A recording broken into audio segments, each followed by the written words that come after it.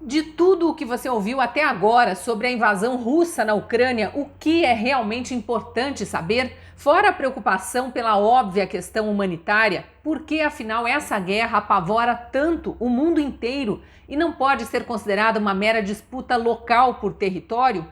Eu sou a Cristina Grêmio, colunista da Gazeta do Povo, e esclareço que não sou especialista em geopolítica, mas como jornalista tenho entrevistado muitos estudiosos de relações internacionais e a pedido de pessoas como você que me seguem nas redes sociais ou aqui mesmo na Gazeta do Povo, trago um compilado das informações que recebo para te ajudar a entender um pouco melhor esta guerra e os possíveis reflexos dela para o mundo.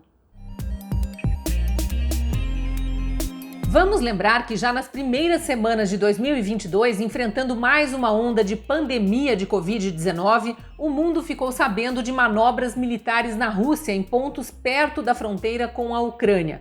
Isso já era um sinal de que algo não andava bem entre esses dois países.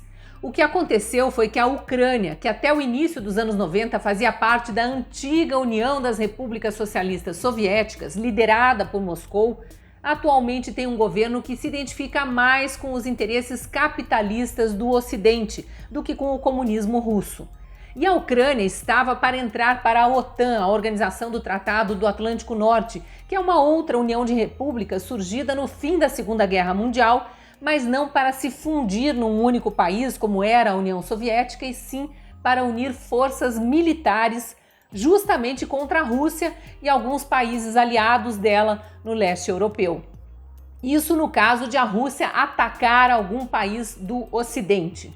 Já fazem parte da OTAN, além dos Estados Unidos e Canadá, quase todos os países da Europa, inclusive algumas ex-repúblicas soviéticas. E a Ucrânia, que já foi parte da Rússia, estava tentando entrar para o grupo. Foi para fazer pressão contra essa adesão da Ucrânia ao Tratado do Atlântico Norte que a Rússia começou as manobras militares na fronteira. Tem também uma questão paralela, que é a construção de um gasoduto, uma tubulação para fornecimento de gás direto da Rússia para a Alemanha, sem passar pela Ucrânia, como acontecia antes. E, portanto, mudando as relações comerciais naquela região, aumentando o poder da Alemanha, que passaria a ser a principal porta de acesso do gás russo para a Europa. E gás na Europa é como ouro, porque garante o aquecimento das casas em lugares onde o inverno costuma ser muito rigoroso. Acontece que o presidente ucraniano não aceitou negociar nada sob pressão, nem a questão de perder as taxas que cobra da Rússia para servir de passagem para o gás que chega atualmente ao resto da Europa,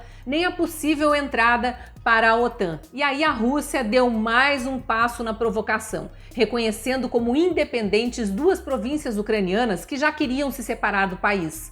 Acabou fortalecendo um conflito interno na Ucrânia e logo em seguida atacou o país com bombas, causando destruição de áreas militares e matando também civis. A Ucrânia é grande se comparada com outros países da Europa. Tem o dobro do tamanho da França, por exemplo, mas é nanica perto da Rússia. E não é só minúscula em termos geográficos, é também pequena no poderio militar. Tem menos tanques, menos armas, homens para lutar e agora, claro, uma população civil amedrontada. Os homens de 18 a 60 anos foram impedidos de sair do país para ficarem de prontidão para a guerra.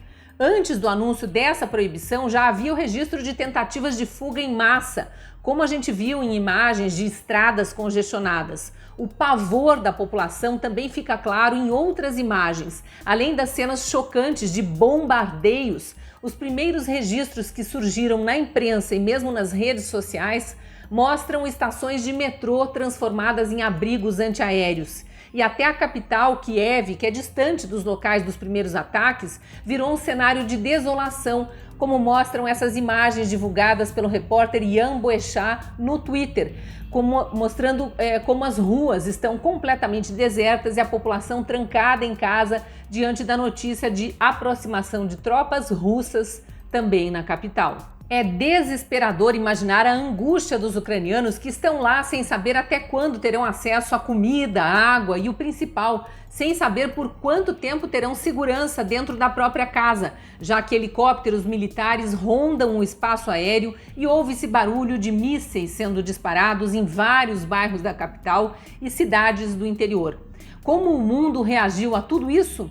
Momentos depois dos primeiros ataques russos à Ucrânia, vários países da OTAN e também outros que não pertencem a essa aliança decretaram sanções econômicas à Rússia. Vão parar de fazer operações financeiras, interromper o comércio, barrar exportações, tentar asfixiar mesmo a economia russa para ver se o presidente Putin se dispõe a negociar. É duro porque a população russa, que em grande parte não apoia o presidente, também sofre com isso. Mas é claro que a essa altura a pressão externa é necessária para se tentar demover o presidente russo de seguir atacando a Ucrânia. A gente não sabe quais serão as próximas etapas dessa guerra. O presidente da China, que é aliado da Rússia, tenta influenciar um recuo e já pediu uma resolução do conflito pela via diplomática. Não sabemos se e quando isso virá. De qualquer forma, o que nós brasileiros precisamos ter claro é que os efeitos do conflito serão sentidos no mundo inteiro, inclusive aqui. Provavelmente haverá inflação, mais do que a gente já está sentindo como reflexo dos lockdowns decretados por governadores e prefeitos na pandemia. Muita gente vai tentar mais uma vez associar a inflação à má gestão da economia por parte do ministro Paulo Guedes ou do presidente Bolsonaro. Cuidado com as narrativas políticas, porque muitos dos que tentam te confundir são aliados de ditaduras que provocam guerra em nome do avanço do comunismo. Fato é que muitos preços podem subir em função desse início de guerra por causa de uma quebra na cadeia de fornecimento de produtos, não só pelos países envolvidos diretamente na guerra, mas pelas sanções impostas pelos outros. Já tem jornal até divulgando a lista do que deve ficar mais caro, como combustíveis que já vêm de meses de alta nos preços no mundo inteiro, trigo, milho e derivados, porque são alguns dos produtos que Rússia ou Ucrânia exportam para muitos países, inclusive o Brasil. E no nosso caso tem a questão específica dos fertilizantes, que foi inclusive o motivo da viagem recente do presidente Bolsonaro para a Rússia. A oposição criticou tanto essa viagem, fez um barulho danado, como se o presidente Bolsonaro estivesse indo a Moscou para incentivar o presidente russo a começar uma guerra com a Ucrânia. Segundo o governo, essa conversa presencial era imprescindível para garantir que a Rússia continuasse fornecendo fertilizantes para o Brasil, algo que já vem faltando no mundo e que, se faltar aqui, afeta demais o carro-chefe da nossa economia, que é o agronegócio, o que, aliás, alimenta brasileiros e a população de muitos outros países. O presidente Bolsonaro voltou daquela viagem dizendo que obteve a garantia não só de fornecimento normal de fertilizantes usados nas lavouras brasileiras, mas do dobro, o que garantiria inclusive aumento na produção de alimentos no Brasil. Esse acordo pode não ser cumprido? Claro que pode. Geraria queda na produção nacional, desemprego, inflação de alimentos e fome aqui e no resto do mundo, já que o Brasil alimenta pelo menos 1 em cada 7 habitantes do planeta. E se a guerra da Rússia com a Ucrânia avançar, o fornecimento de fertilizantes fica ainda mais comprometido porque a Ucrânia também é um grande fornecedor para o Brasil. Vamos torcer para que a diplomacia consiga resolver o conflito, especialmente para poupar vidas, mas também para preservar as relações comerciais entre os países hoje tão dependentes uns dos outros. Por enquanto, o que a gente pode fazer é evitar entrar na onda da politização de tudo, porque como estamos em ano eleitoral e o Brasil vive essa guerra de narrativas entre os pré-candidatos, é claro que todos que querem assumir a presidência da República tentam desgastar o governo para ver se enfraquecem a imagem do presidente, quando o foco nesse momento deveria ser a paz no mundo. O Brasil tem um histórico maravilhoso de abrir as portas para imigrantes, o povo é miscigenado, somos quase todos descendentes de várias raças.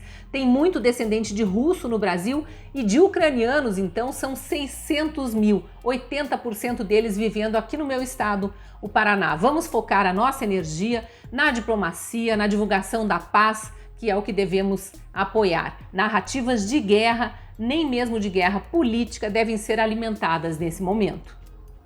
Agradeço por ter assistido até aqui. Se gostou desse vídeo, apesar do tema, curta, comente e compartilhe. Caso não seja assinante da Gazeta do Povo, eu te convido a apontar a câmera do celular para o QR Code da tela ou clicar no link da descrição do vídeo. Ali tem uma promoção exclusiva para você que me acompanha pelas redes sociais. Sendo assinante da Gazeta do Povo, você tem acesso a toda a cobertura jornalística pautada por convicções conservadoras e ainda lê com exclusividade artigos escritos por mais de 40 colunistas, vê vídeos e ouve podcasts também exclusivos. Eu faço parte do time de colunistas e te espero lá na Gazeta.